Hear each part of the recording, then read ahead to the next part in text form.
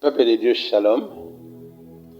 C'est encore une joie de me retrouver devant le peuple de Dieu pour parler de sa part, pour exhorter ce peuple qui, à ce moment, est en train de traverser une situation un peu plus ou moins confuse, dont nous ne savons pas elle va se terminer quand, mais qui ne peut pas empêcher les enfants de Dieu de continuer à communier, de continuer à l'écouter, de continuer à le prier, de continuer à l'adorer.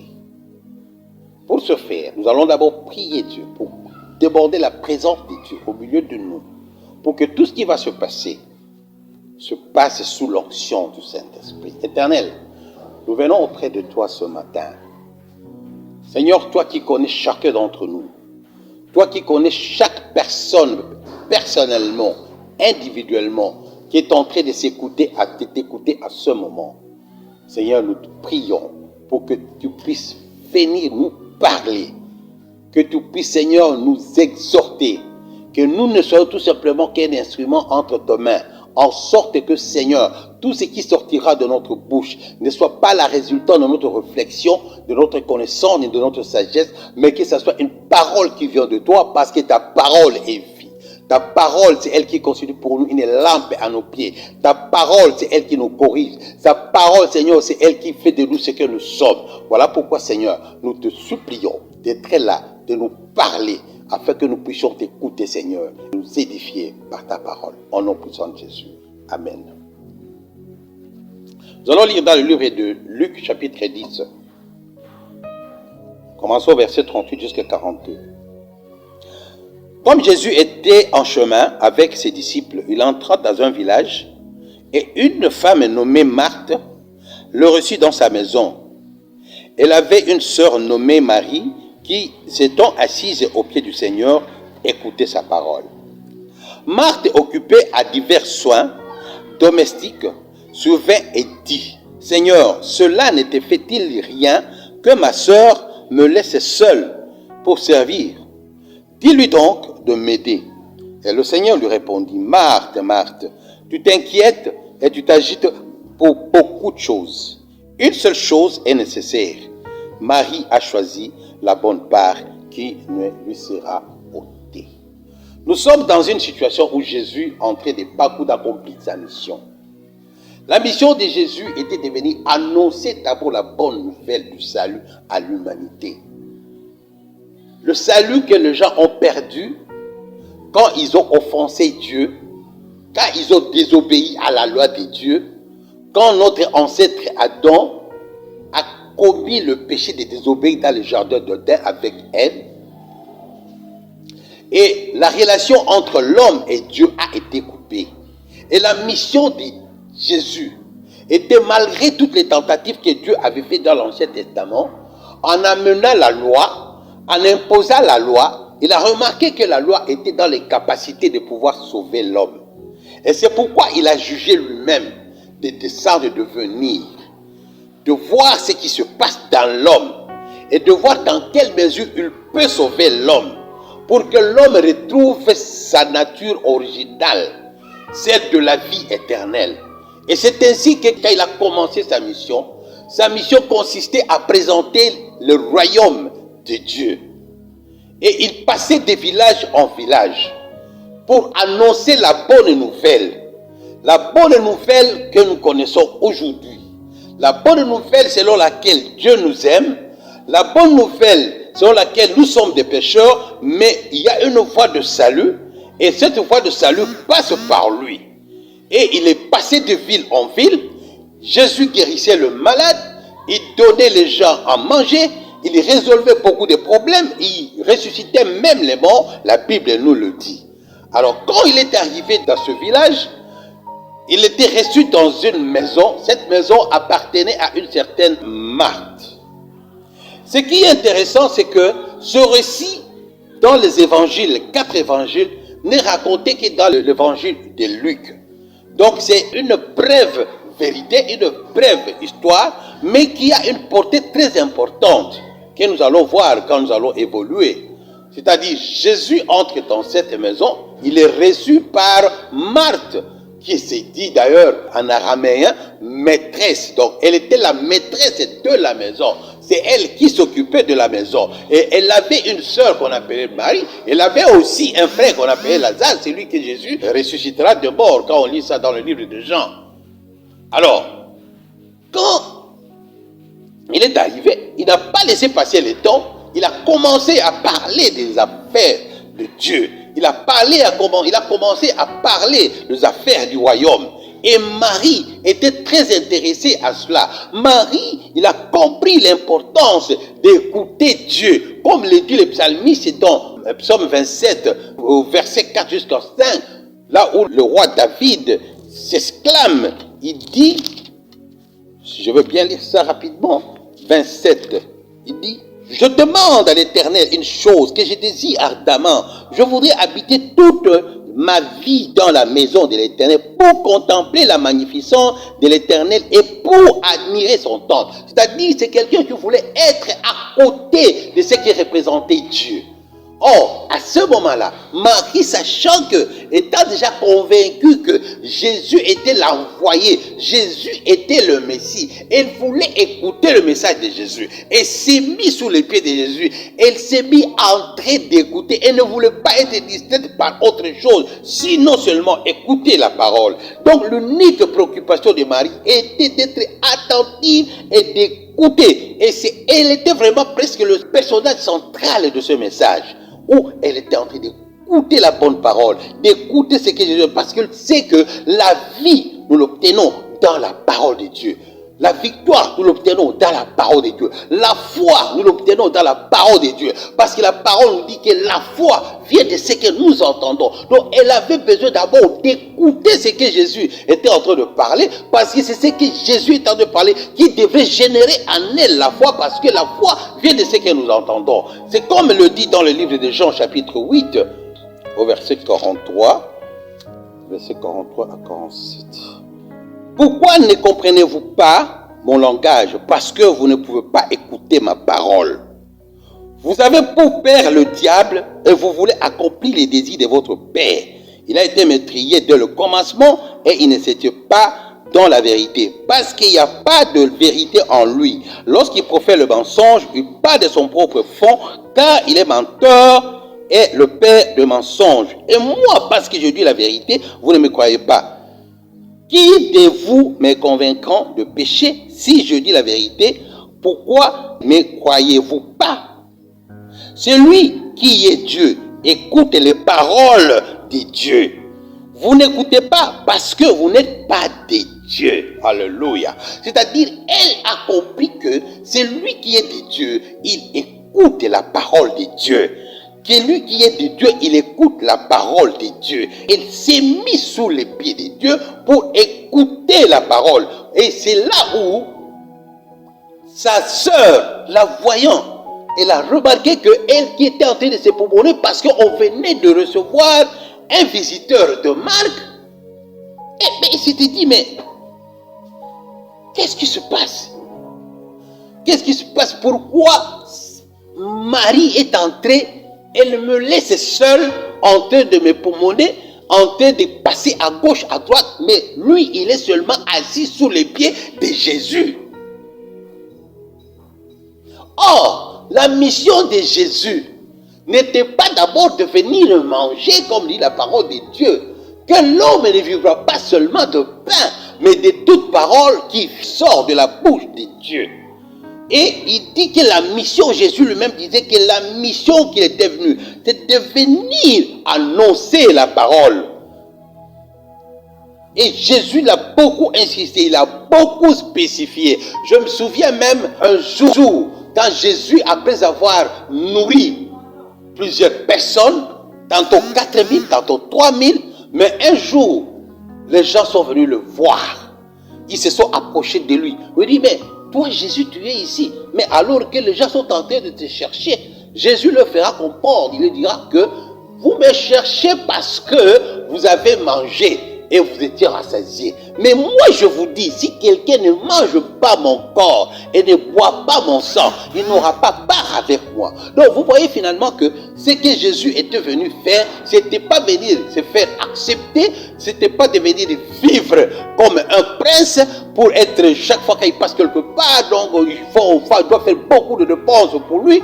Lui, la mission en lui, c'était d'accomplir ce que Dieu l'a envoyé de faire. Et ce qu'il l'a envoyé de faire, c'était de faire quoi? D'annoncer la bonne nouvelle.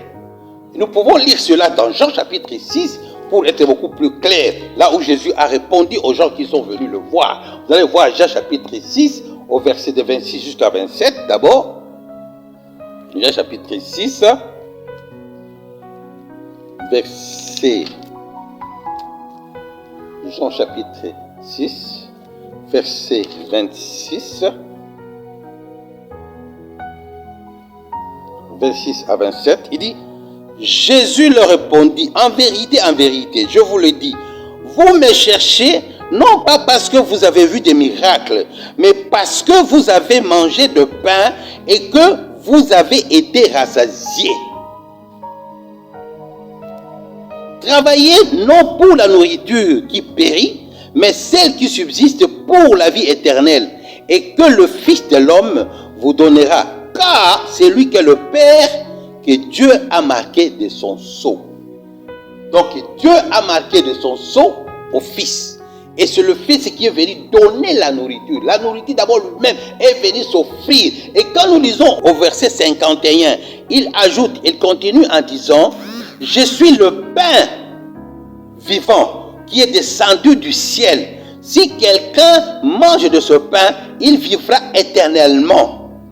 Et le pain que je donnerai, c'est ma chair que je donnerai pour la vie au monde. Et si nous allons continuer au verset 66 jusqu'à 68, et là vous verrez, il dit, dès ce moment, plusieurs de ses disciples se retirèrent et ils n'allèrent plus avec lui. Et Jésus donc dit aux 12, vous ne voulez pas aussi aller? Simon-Pierre leur répondit, Seigneur, où irions-nous? Tu as les paroles de la vie éternelle. Ici nous voyons que Marie a compris cela. Elle n'a pas voulu suivre sa grande sœur dans tous ces mouvements parce qu'on a un visiteur de marque. Il s'était dit, ce visiteur de marque a quelque chose d'important à nous communiquer, quelque chose d'important à nous dire, et cette chose d'important là-bas, c'était sa parole. Donc je ne peux pas rater une seule occasion, je ne veux pas rater mon rêve, je ne veux pas rater ce que Dieu veut me parler à ce moment. Alors il est allé se mettre sous les pieds de Jésus en train d'écouter sa parole. Et on verra que Marie, c'était un modèle parce que Marie, elle a compris que Jésus, c'est quelqu'un qui était important dans sa vie parce qu'il a mené la parole de la vie. Il avait la parole de la vie parce que lui-même, il était le pain de vie.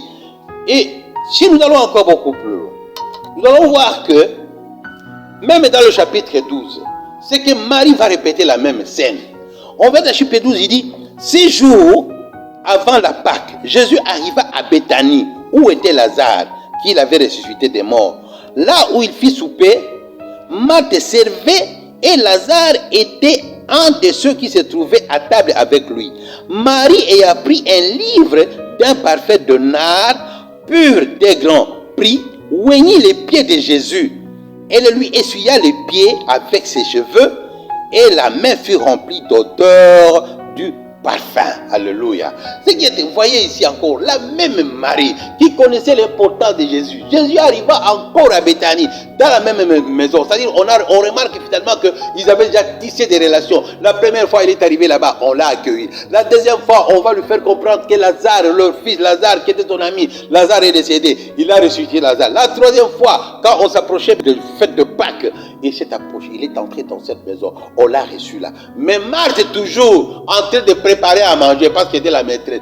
Marthe est toujours en train de préparer, de recevoir, voir comment est-ce qu'il peut recevoir son visiteur de distinction. Mais Marie, comprenant à qui elle avait affaire, de manière prophétique, elle est allée encore. Elle a pris son parfum de grande valeur. Elle est allée faire quoi? Elle a versé ça sur le pied de Jésus. Elle a commencé à essuyer ça. Un parfum de bonne odeur. Et ça, c'est vraiment intéressant pour dire que c'est quelqu'un qui savait adorer. Il savait non seulement écouter comme on l'avait vu avant, en train d'écouter, mais ici maintenant, elle va prendre quelque chose d'important. Et il s'est dit, mais qu'est-ce que moi je peux encore donner à ce Jésus là-bas? Parce qu'il a compris ce que Jésus représentait pour lui. Et je pense qu'il en est de même pour nous les chrétiens. Quand nous savons ce que Jésus représente pour nous, nous ne pouvons pas hésiter de donner ce que son œuvre demande. Nous ne pouvons pas éviter d'accepter de faire des sacrifices pour lui. Elle avait donné un parfait de grande valeur. C'est homme une adoration. Elle a commencé à essuyer ça. Et on s'est dit, c'est quelqu'un qui avait le discernement.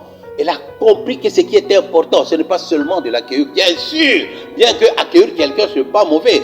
Parce que la parole nous parle, nous oriente, nous demande à ce que nous apprenions à être les gens qui reçoivent les autres. Parce que beaucoup ont reçu les anges sans pour autant qu'ils le sachent. La Bible nous recommande cela. Mais ici, nous devons apprendre à faire de priorité. C'est d'ailleurs l'objet même, le thème même de notre prédication d'aujourd'hui. Quand on vous dit qu'il faut apprendre à choisir. Choisir une bonne part qui doit constituer une priorité pour le chrétien.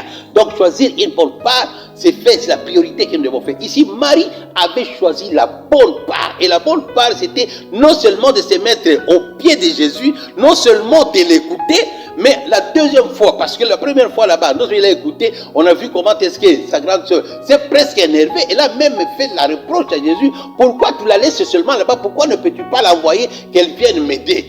Mais malgré cette remarque-là, on voit encore dans Jean, elle a encore récidivé. Marthe est toujours en train de servir. Elle est allée encore se mettre au pied de Jésus. Non seulement écouter, mais cette fois-là, l'adorer, c'est-à-dire donner même ce qu'elle a de plus important, ce qu'elle a de plus précieux. On dit qu'elle a donné quoi? Elle a donné un parfum de bonne odeur. Alléluia. Je pense que ça doit être ce que nous devons comprendre. Elle a choisi une bonne part. Parce qu'il y avait la possibilité, soit de servir Jésus, ce qui n'est pas mauvais, mais aussi, il y avait aussi de l'écouter. Même elle a préféré d'abord écouter Jésus. Et puis après, elle a préféré donner à Jésus. Alors finalement, nous avons l'histoire maintenant. L'autre qui est venu, c'est Marthe. Marthe, elle s'était occupée. Quand Jésus était en train de parler, et Marthe s'était occupée de préparer le quoi à manger pour elle.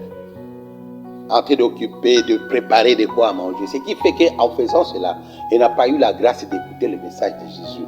Mais ce que Marc avait écouté.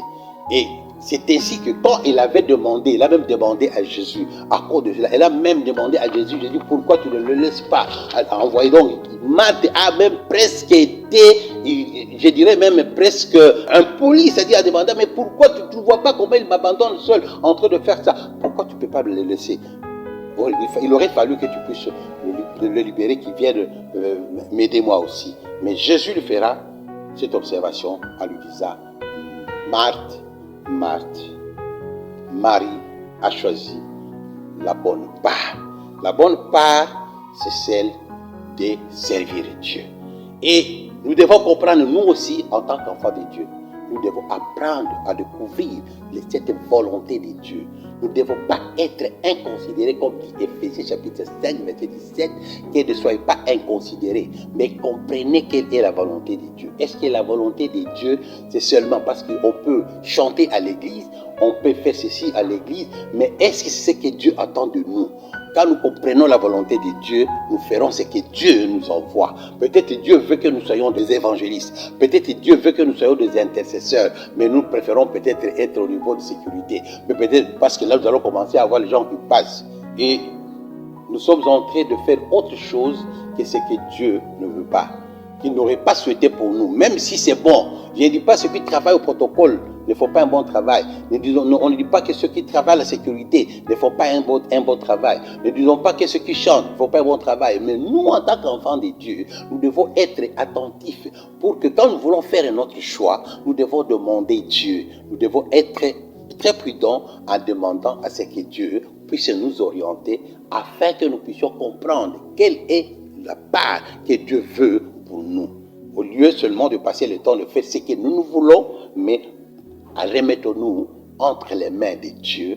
Et quand nous choisissons selon la volonté de Dieu, Dieu dira que nous avons choisi la part qui ne sera pas jamais ôtée. Que Dieu bénisse. sa parole. Père, bénis cette parole. Bénis tout ce qui nous a écoutés. Apprends-nous, Seigneur, à faire un choix judicieux pour travailler correctement pour toi. Nous puissions faire la différence entre l'attitude adoptée par Marthe et celle adoptée par Marie. Que nous soyons réellement de Marie en nous mettant sous tes pieds et en te servant avec nos moyens. Nous avons ainsi prié au nom puissant de Jésus. Amen.